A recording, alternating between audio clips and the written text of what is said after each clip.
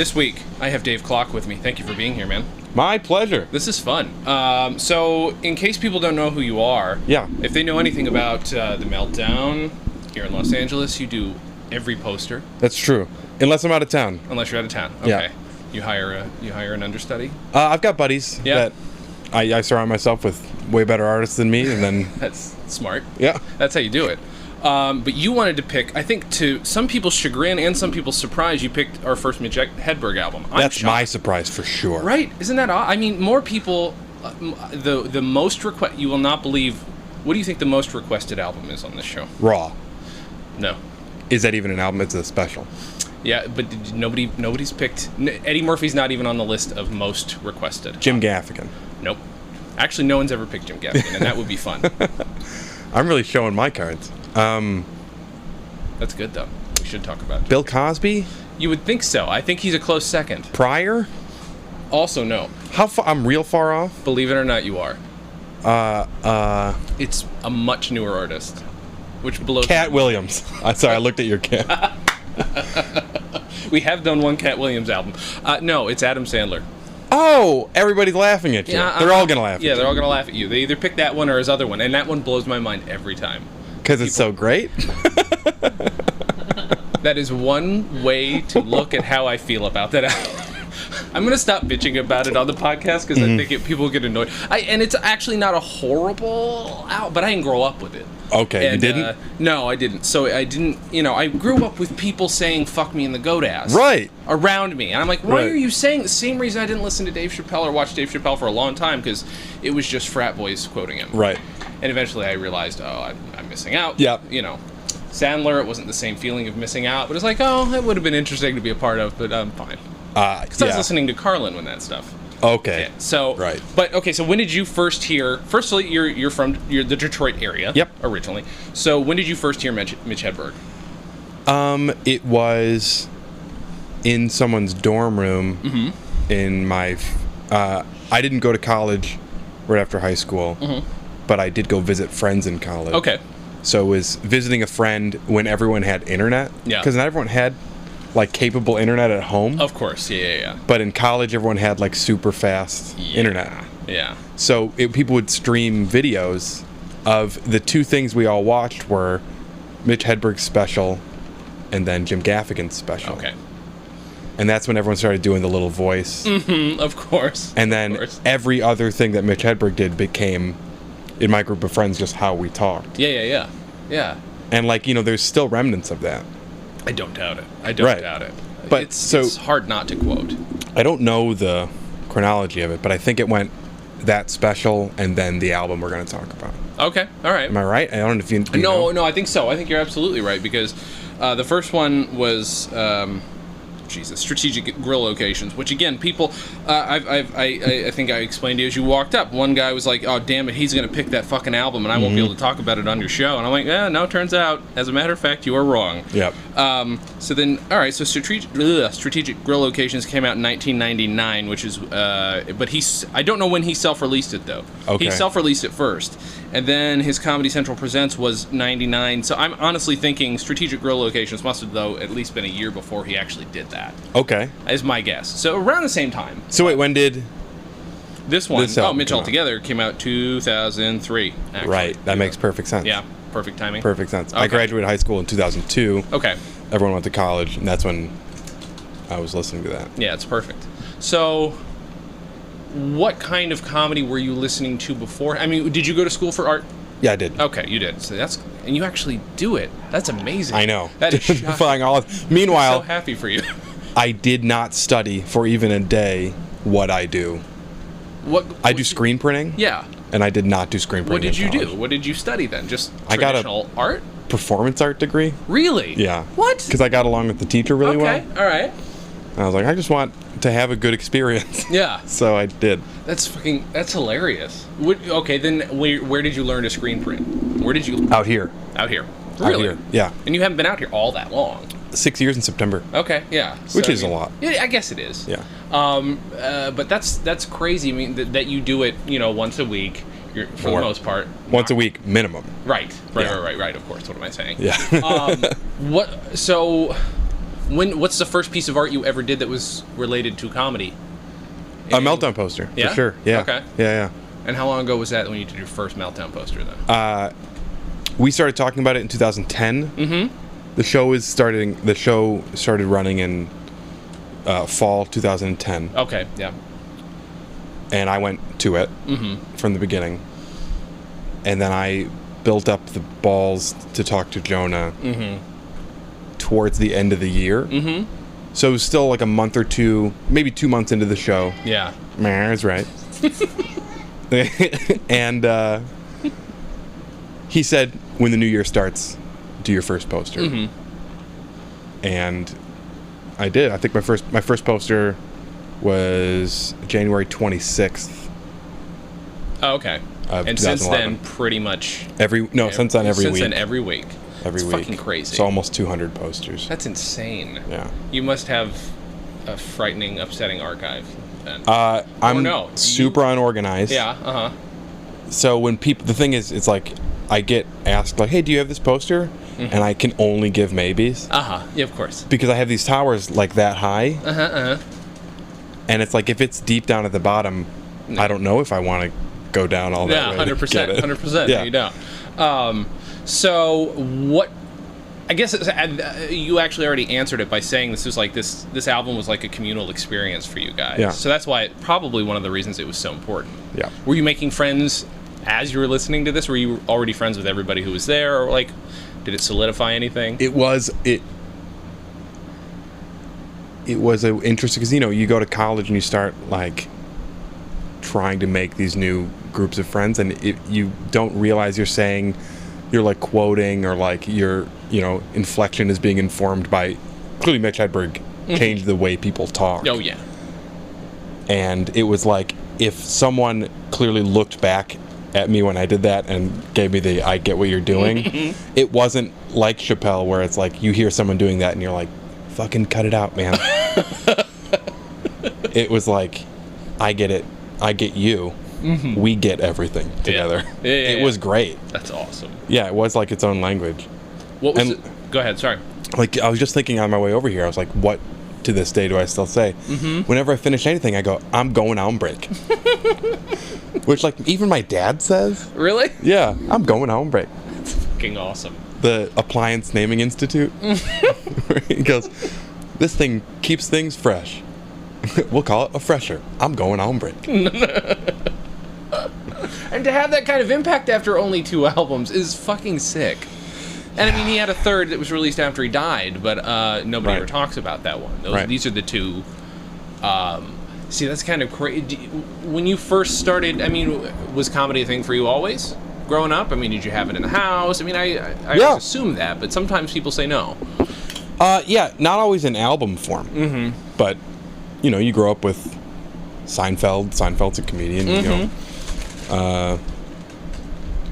but yeah, like when you said you do this podcast about comedy albums, it like really got me thinking that it was like, I didn't have a ton of actual albums, nor did I know they really existed. Right. But you are a big stand-up fan. You go to just a ton of shows. Yeah. But it's because again, I'm a comedy fan, but I don't go to a lot of stand-up shows, so I'm interested, like, what keeps you coming? Do you like to see people evolve? Yeah. Is that, like, what's the most important thing for you? Is it just being entertained, or is there something deeper to it? There's definitely been an interesting byproduct of going to a show every week, where the names, like, I'll go through my old posters and I'll see, like, then I try not to make, like, some comedians big names, some comedians small names, because that's a poor idea, but it's such a quick ascension for some comedians that it's like it'll be a 7-person bill and the one name I don't know in a year could be the name I want to make biggest the next time they're on the show. Right. Yeah, that makes sense. Like, graphic design wise, if you're making every name 2 inches wide, so every name has to be the same width no matter how many letters it's in. The longest name is going to be the smallest because you have to pack it in 2 inches. The shortest name is going to be the biggest. Yeah. So one week it was Thomas Middleditch was pencil thin. Yeah, I bet. And Jay Larson was huge. And I've been friends with Thomas Middleditch forever, And it was the first time he had done the show, and he was like, "Hey, my name's the Smallest." It was him and Natasha Leggero, tons of letters. Yeah. And they were really small. And Jay Larson was the one comedian I didn't know in the bill, and he was the biggest. And then he went up and totally crushed. Yeah, yeah. I was like, I don't know who Jay Larson is, but it looks like it's his special. Right. And then he went up and killed it. And I was insane. like, that's a sign. I've never stayed at a bed and breakfast, and I don't think I would, because I figure you stay at a bed and breakfast, by the end of the day, you start to get hungry. Is that all you got around here? Then you need to direct me to a chair lunch dinner. I'm gonna open up a chain of chair lunch dinners, put them right across the street from the bed and breakfast. Say, come on over about 1. But you have to leave at 11, because you're not sleeping in the fucking chair.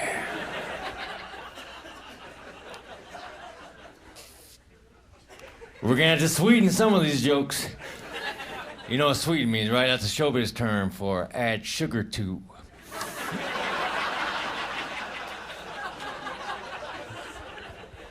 Anyway, I was in Ireland performing, and that's right, that's why I left, because fuckers go woo-hoo.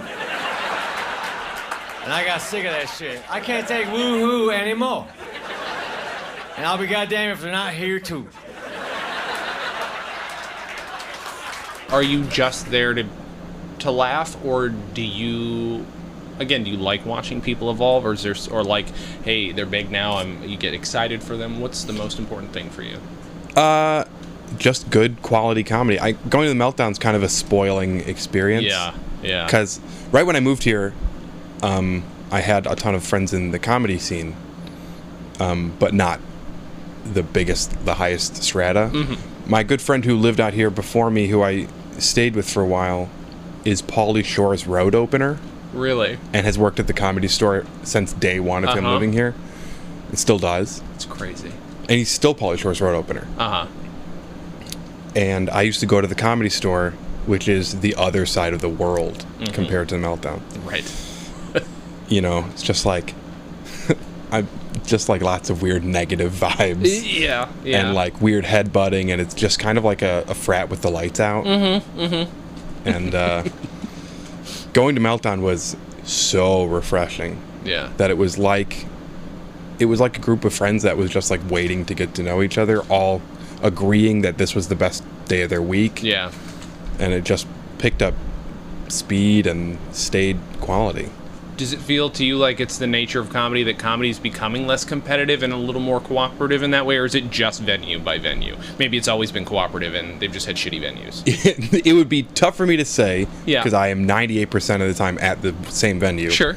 But I think there should be. I think comedy's doing well, and I think it's possibly because of a philosophy change that.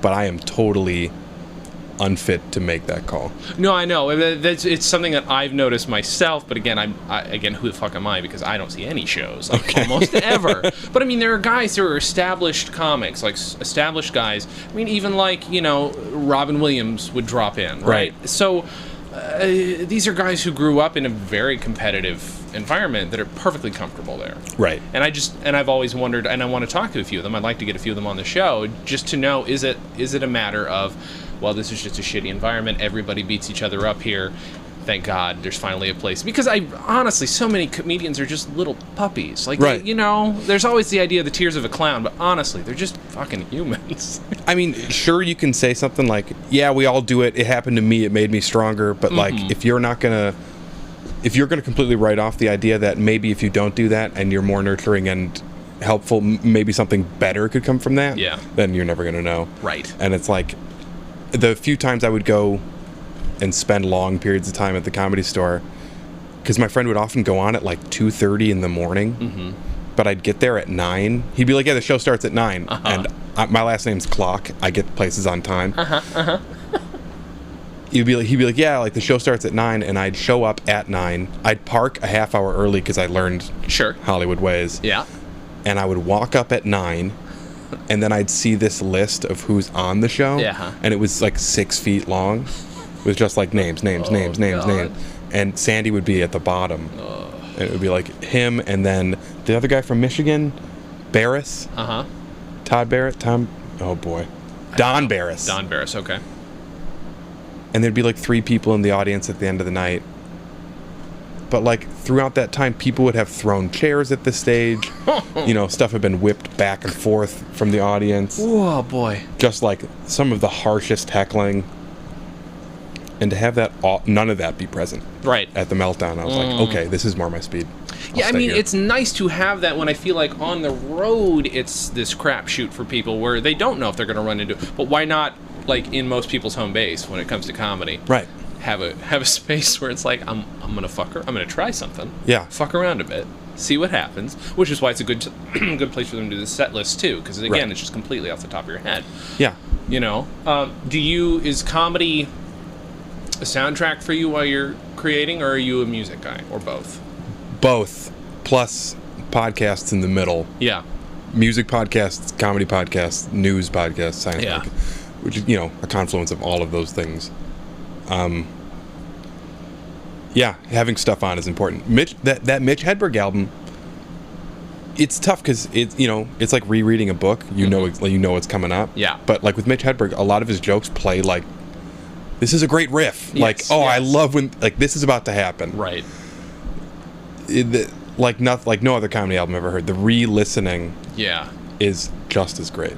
It's really true. I mean, like we've talked a lot about if you're performing as a comedian, you don't get to rely on the greatest hits. But I feel like if he was still around, he probably could still do it. Actually, one of the worst experiences I've had in comedy was seeing Mitch Hedberg live. Really? Yes. When was this? My first year in college, so 2003. So he was touring on this album. Yeah. And the difficult thing was, he was first of 3. Okay. On a bill that to this day I'm so happy I saw. Okay. Mitch Hedberg opening for Lewis Black and David Tell. Holy shit. When those when it was like an 800 person venue. Oh my god. Yeah. In Ann Arbor, Michigan. Yeah. And he went on, and I was so excited. He was the one I wanted to see the most. Yeah. And I was like, what do I want to see him do? New material that I don't know, or do I want to see him play the hits? Yeah. And the entire front row, or like front chunk that he could hear was just yelling, duck joke, or do the quick king size bed joke. Oh boy. To the point where he didn't get out two jokes back to back. It would be a joke and then dealing with the audience. Holy shit. Doing requests. So he was completely taken out of it. Yeah. So his reading of it was basically like he was reading it off a page. Yeah. That's really too bad. And it was awful. Yeah. No, I imagine. Did, how did Lewis Black and David Tell follow it? Were they fine? Lewis Black, you get what you pay for. Yeah, I bet. He was angry. It went well, but he was angry. Sure. David Tell did one of the most soaring, magical sets. Really? It was like everyone was just giving him a standing ovation the entire time. I bet. Because everyone was like laughing to the ability of their body and reacting the same. So it was just laughter and clapping the entire time. Yeah. God. Yeah, he was incredible. I guess it is one of the things that you don't think about. I mean, I was reading about it when I was doing a little bit of research on Mitch Hedberg. There you go, iTunes reviewers who say I don't do enough research. But yeah, that was one of those things that just constantly seemed to happen to him. I mean, he still kept doing it because it was his thing, and he obviously loved doing it. And the first time you hear any revelation he makes, it's just so fucking mind-blowing. I mean, they're so stupid. Yeah. The escalator joke is one of my, I think, it seems to be an incredibly big favorite with people. Yeah. But, and it's... and he could have very easily made himself a Stephen Wright ripoff because they're always comparing the two of them. But I don't know where I was going with that, but it just did. It's not something that it would have occurred to me is that he would just have to deal with that pain in the ass shit. Yeah. From the people in the front row, no less. You can ignore the people in the back a little bit. Right. I think. But man, he could get away with saying stuff like, check this joke out. Yeah. In the middle of his set. I know. Check this joke out. And like... It's just so good. He knew just what he was doing. I knew there are people around here that, like, Jim Hamilton said he used to open for him. Really? Okay. Yeah. And that, like, kind of humanized it, because I would always, like, when I was really into him, I would read about, like, kind of his quick down, like, his road towards drugs and eventually dying from it. And he didn't seem like a person. It seemed like he was a rock star. Yeah. That just kind of like burned out. Mm-hmm. But hearing that like people I know like actually did shows with him, I was like, oh, that's, like, I kind of don't want to hear about it. Right. You know? Right. And Yeah, do it absolutely. at the same time. Did you grow up listening to? I mean, did your family have comedy albums at all? I'm just curious. And is this I mean, it sounds like this is something you shared with your dad, or your dad at least knows about it. When I got so into it, it was just like, you're always looking for something to bond with your parents over. Of course, yeah. I was like, here you go. And then he like called me just like a whole conversation over the phone where he just told me his favorite jokes. It was like listening to just my dad, hearing it in one ear and just say it. It's fucking great. Yeah. That's so good. He loved it all. Same with the Jim Gaffigan album. Mm-hmm. You know, the first time you hear the Hot Pockets bit. Of course. You know. Of course. But it was so weird because I do remember like hearing people quote those albums as if they're their jokes because they don't know that everyone's heard it. Yeah. Yeah. And it's like you can't do the Hot Pocket bit to someone anymore. No. That's not yours. Just like I've heard people go to an escalator and say like, if this broke, it would be stairs. Mm-hmm. And it's like, yeah. Way to clumsily hand off someone else's goal. Right. Every book is a children's book if the kid can read.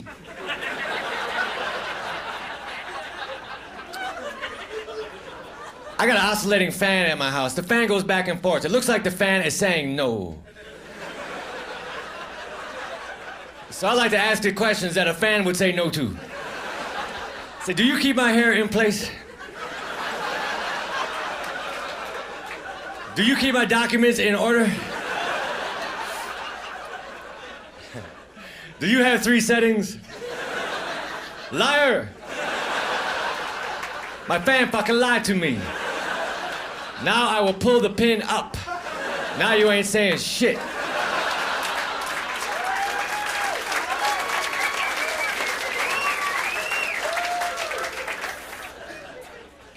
I didn't go to college, but if I did, I've taken all my tests at a restaurant because the customer is always right. I'm curious then from like, it's interesting that I'm a comedy writer, I do perform, I don't go see enough of it, but I feel like yes, meow, again, I feel like if you see enough of it, you've got to have just as much of a handle on what makes it work. Do you pick comedy apart at all? I mean, is it something where you're interested in the mechanics of it? I think it's fascinating. Mm-hmm. I mean, you do have a performance art degree, we've established. Right. So, yeah. It just helps me appreciate some comedians that I feel like don't get their due respect. Mm-hmm. Because I'll be like, they're not only saying the best stuff, they're saying it the best. Mm-hmm. And some people aren't, like, celebrating it enough. Of course, yeah. Like, one of my favorite comedians in the whole world is Randy Lidke. Uh-huh. And I think, like, I'll see him tell a joke, and you'll just hear me, like, cackling in the back. Uh-huh. But, yeah, I think seeing a lot of comedy is a great way to see a bunch of people do it so differently. Yeah. So differently.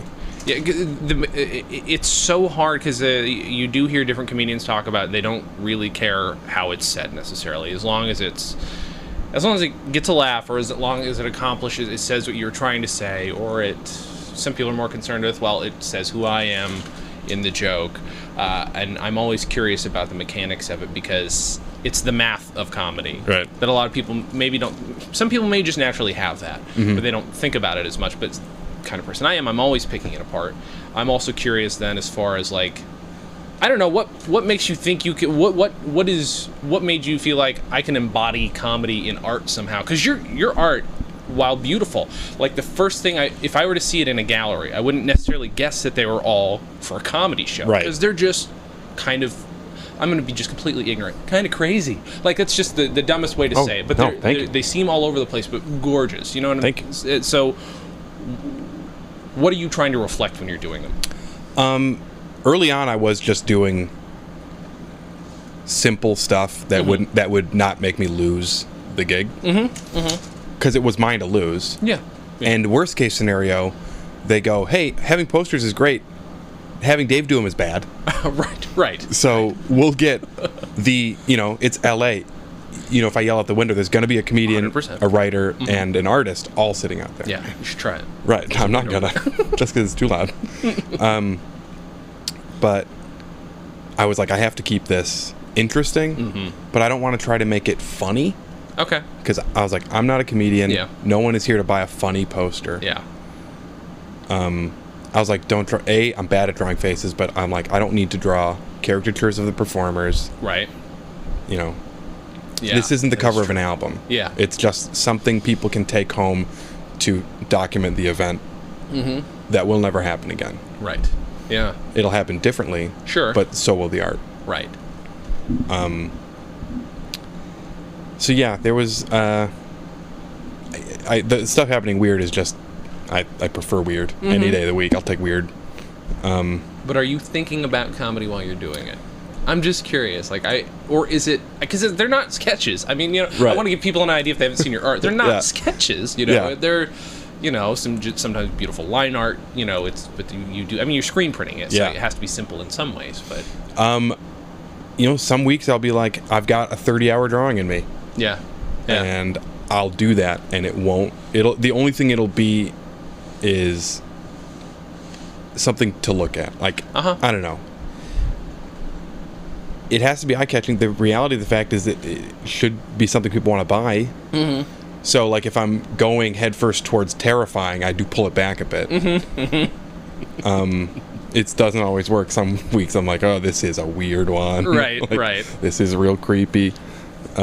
Those weeks I come home with the same amount that I bring in. But there is no formula of what people want. Right. And the reality is, if the show doesn't go well, or if it ends on a weird note, I'm at the... It doesn't matter how good the art is. Right. People Okay. don't want to remember it. Sure. Yeah. Or if someone crazy dropped in, everyone wants Everybody a poster. wants one. Because they're going to be like, this is the show that Louis C.K. dropped in. Right. Or, tourists, which do comprise most crowds in L.A., Yeah. go, oh, I'll get this signed. Yeah. And then it doesn't matter what it looks like. Just hope that they have a pen. Right. How many of them do you have archived online? Online? Not that many. No. Okay. I'd just be curious to look at them because I would think I was trying too hard to just at the beginning of this just to be like, well, I wonder how we can see the comedy and what he does. But that's really not the point. And I really do like the idea that, like you said, it's individual. It's a snowflake for each show. Snowflake. That is No. the most tender way to say it. But, I'll take it. A thumbprint. It would be kind of awesome just to see them all as a whole thing. In a book or on a wall, covering an entire wall, all of them, just to see, not necessarily evolution, that's a typical way to look at it, but just to see, I don't know, just to see, because you're thinking comedically whether you're trying to make it funny or not, right. And which, if you're not, then it's interesting how that would come out. A big goal is to not make them take away from the comedy. Sure. Which is scary or sad. And I've really messed that up before, where I'll have been really bummed. Okay. And it's like, no matter how hard I try, this drawing is going to be a bummer. Yeah. And those still get printed. Sure. Those still get comedians' names and brought to the show. And I still get like, rough week? Yes. Please be super funny tonight. I'm really going through it. That's fucking hilarious. And it's funny because, they put them up at the Meltdown in a semi-permanent kind of way. They've been there for a long time. Yeah. And I walk in and it is really like a hall of emotions where it's like, oh God, I was super pumped about this. This is a bummer. I remember that mistake. I was literally crying when I did this. Oh my God. I remember my dog farted on my lap when I was doing this one. I wanted Thai food during all of these. And, but to others, it's just I'm on that one. Yeah. Out. Do you have? I like to talk to people about, usually if we're talking about a vinyl album. Yeah. I like to talk about the experience of handling one. Obviously, this is not the case. He didn't have any vinyl albums, Mitch Hedberg. Right. And it's just pictures on his cover. They're not spectacular covers. Right. But do you have some favorite comedy art or favorite album covers? I'm just curious. Jim Gaffigan does a good job. He's true, real usually art those are- oriented, and I've actually been able to do a tour poster for him. That's awesome. And he was the easiest person to deal with. Like when he had notes, when he didn't like something, he would respond with 3 things Yeah. he would want. Yeah. Bigger. Right. Instead of like, Darker. I don't like the way this works, it In would that be, voice. yeah, could you make it smaller? And I think a good solution would be to do this to it. Uh-huh. And I'd be like, that is a good idea. Yeah. That's awesome. Yeah. He was super great. And I have other friends who've done work for him, and they've all agreed he's great to work with. That's nice. My friend did that Obsessed album. Yeah. He also does Nick Thune. He works for Comedy Central a lot. Oh, okay. He did like Pete Holmes' album. He did Kumail's album with me. Oh, yeah. Meanwhile, I feel like Comedy Central could make their rent money repressing and putting together Mitch Hedberg stuff out on vinyl. Yeah, you would think so. Yeah. I mean, if my friend with the vinyl record company is listening, just see who you got to talk to, because That would be huge. yeah, the guy who does stand-up records is a big fan of my show, and Yeah. they put out amazing shit. I wonder what legally has to be done, especially because it would be I don't posthumously. know, but you would think I would buy it. I mean, I would immediately buy it. Can you imagine like putting that on? Mm-hmm. And then putting the needle anywhere, and it's like, oh. I was just gonna say, because you know what? To listen to this, you sent me the link on Spotify. I Yeah. had to listen to Spotify, and I don't pay for it, so it's fucking on shuffle. But it didn't matter at all. Absolutely not. It's okay. There's no arc, but there Right. doesn't need to be with his It's stuff. just bullets. Just everything hits. Yeah. It's not a lot of artists you can listen to on shuffle, I don't think. Yeah. No. And still Especially get because it. there's like stories. The longest Mitch Hedberg joke is like 45 seconds. And it's Yeah. because he told the joke and then tagged it 4 times. But all with just like sentence fragments. Yeah. When you re-listen to how often do you re-listen to him? I'd think? say at this point it's probably every year. Yeah. But it was like the CD in my car. And I'd be like, oh, gonna listen to this whole thing a couple times on this drive. Of course. Or like even like go back and like listen to a joke a couple times in a row. There's something really comforting about committing that kind of stuff to memory. Yeah. It's the same stuff I did with like Monty Python when I was super young. Sure, You sure. just want it to be a part of you in this weird way, and you don't lose it. It's like everyone's doing the Simpsons marathon right now. Right. You start a Simpsons episode, and the feeling you get where 2 lines in, you're like, I know the A story, the B story. I know my 3 favorite jokes. I know the character that's only in this one episode. Just while the credits are still rolling. Right. That's like a satisfying thing to be like, this is something I love, and I love it, and it's part of me. I feel like that Mitch Hedberg album has sunk into that level. I order the club sandwich all the time, and I'm not even a member, man. I don't know how I get away with it. I like my sandwiches with 3 pieces of bread. So do I. Well, let's form a club there.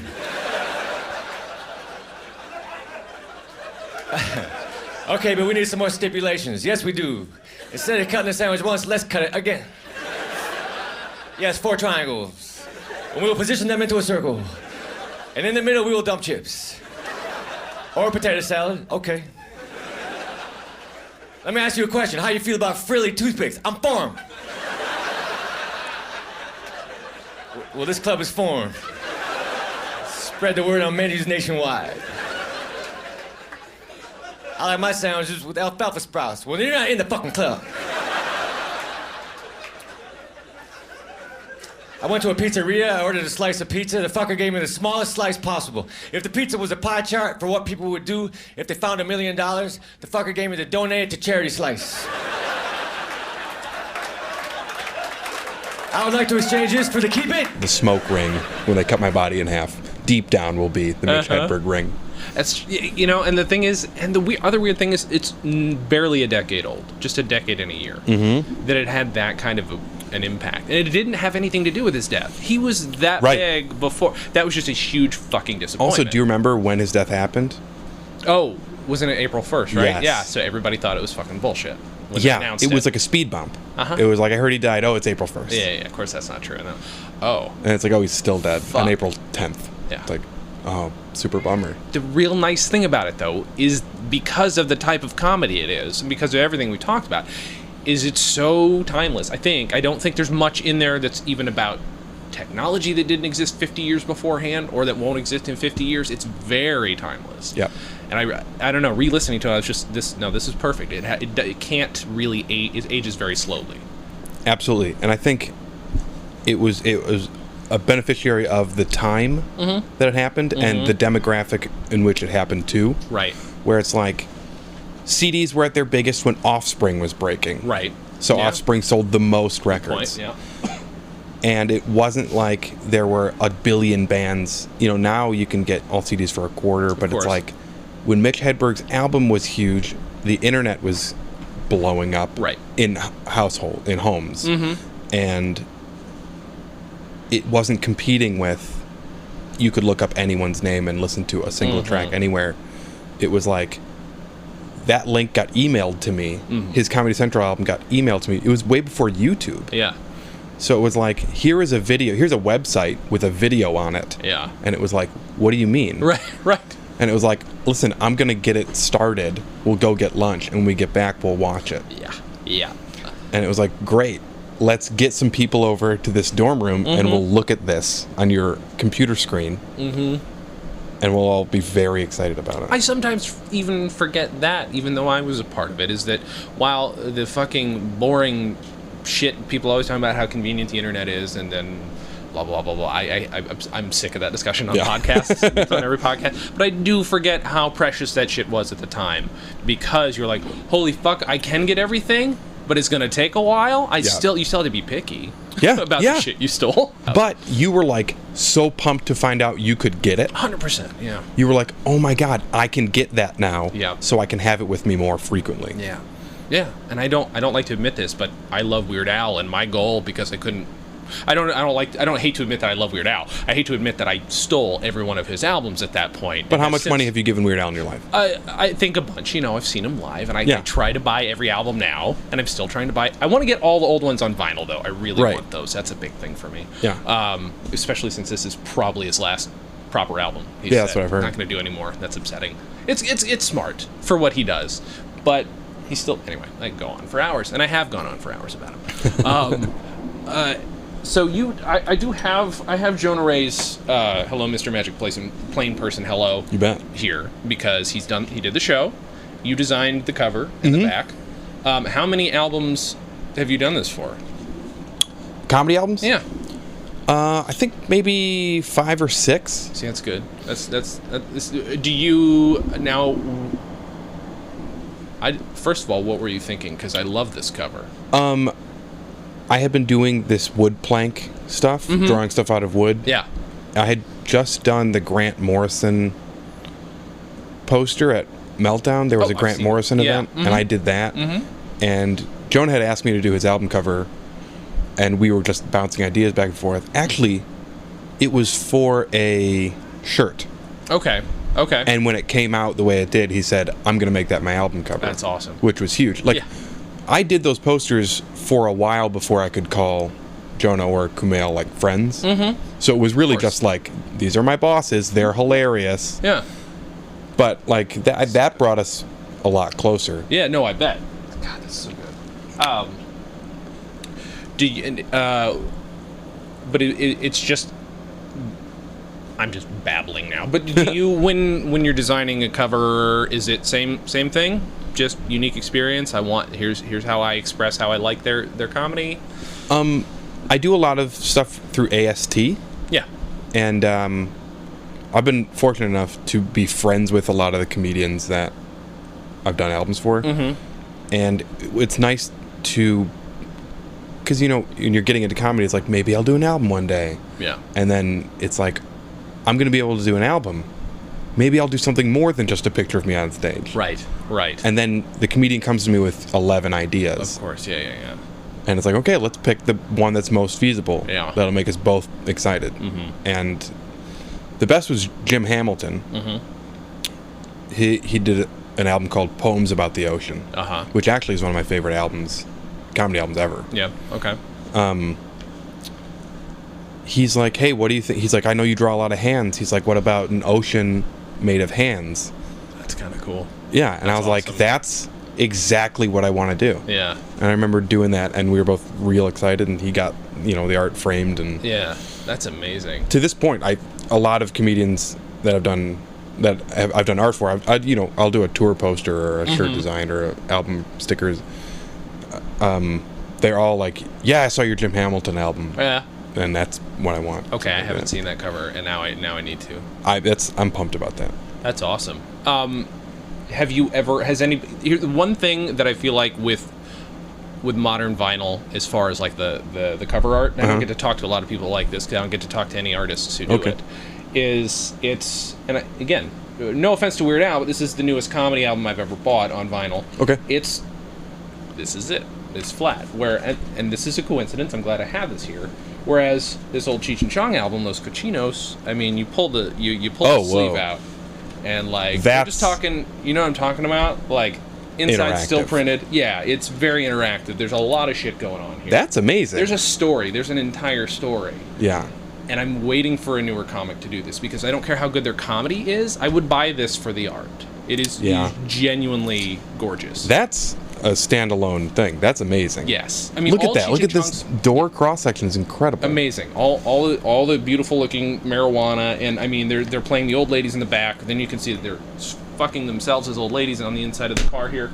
It's fantastic. And I never realized. I think Cheech might be trying to make the lady version of Tommy blow him. I just realized that. Like there's just layers, so much going on.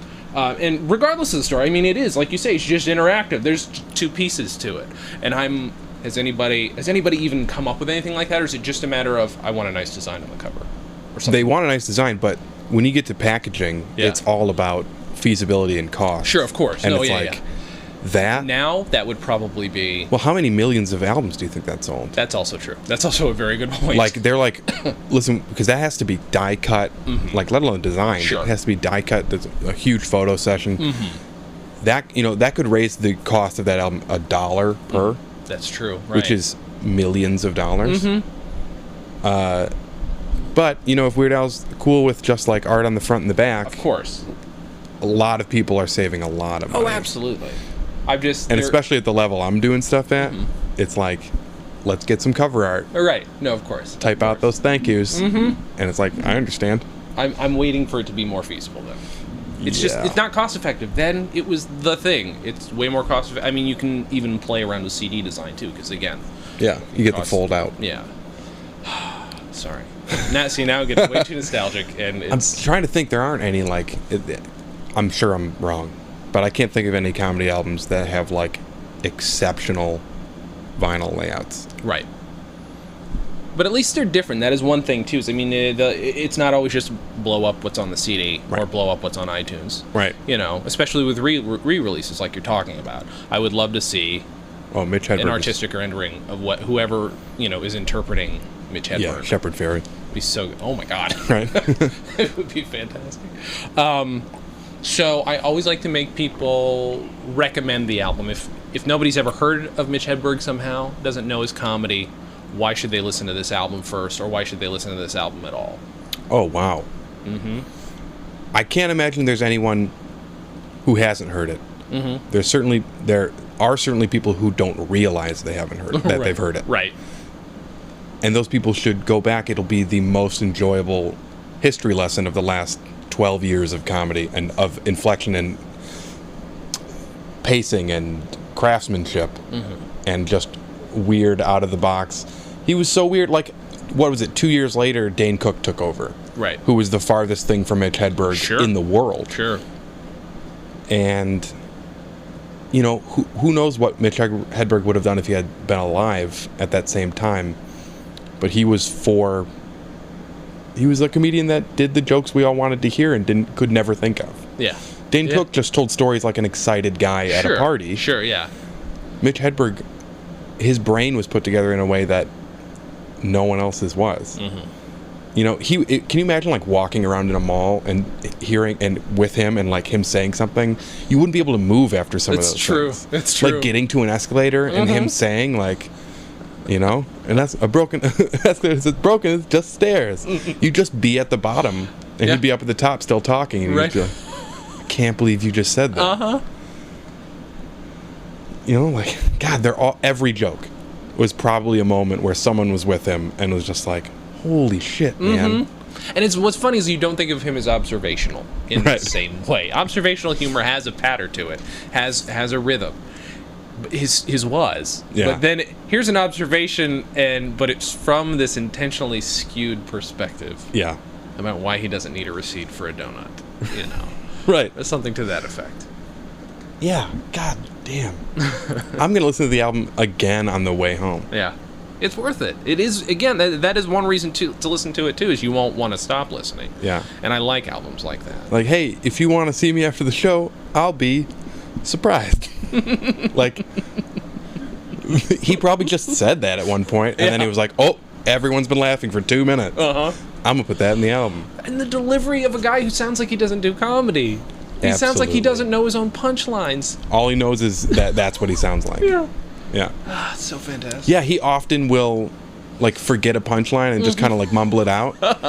And then he'll laugh along with it. Mm-hmm. And you hear, like, And it's the best. That album feels more intimate than it should. Yeah. Yeah, because sometimes, you know, personality quirks when they enter somebody's... Some people don't work well with their own comedy. Right. It has to be so polished. Whereas he's a guy who clearly that's more of him than, you know, Yeah. you might assume. Polishing was going to take some of the finish off of it. Oh, yeah. 100%. Yeah. He, man. Like, can we smoke in this club here in Minneapolis? And some guy goes, you can. And he goes, who the hell am I? And then he goes, Mitch Hedberg. Damn right. Or something like that. Yeah, that's the thing, too. Is also so, like, adorable that any, like, attempt or, like, feigning ego is obviously just too cute to let go. Like, it's like, oh, this is great. This is... well, thank you for doing this. Oh, thanks for This having has me. been so much fun. Yeah. I had forgotten how good this album was. I think I normally think of the first one, too, but I'd forgotten how good this one is. It's the best. Where can people find you online? On Twitter, etc. DaveKloc.com. KLOC. We're so close alphabet-wise. It's exciting. Right? Mm-hmm. You're lucky you're in comedy. Your initials are JK. Yeah, that's great. Instagram is a good way to follow me because I deal in pictures. Okay, sure. And I'm not good at Twitter, Okay. so ignore that. Dave Kloc. You know, there's not many of us in this world, so if you look it up, It's good. you'll stumble. And if you're in LA, come to the Meltdown. Come to Meltdown. 'Cause Or you'll actually see go to stuff. any comedy show. No, just come to Yeah, Meltdown. just go to Meltdown. Buy tickets, though, in advance. Yeah, that'd be good. I see a lot of people come up and be like, I brought my family. And it's like, show's been going on for an hour and it's sold out. Mm-hmm. Oh, okay. Thank you so much. My pleasure. Everybody, thank you for listening. Go listen to this album. Go look Yeah. at Dave's art. And as always, have a good thing.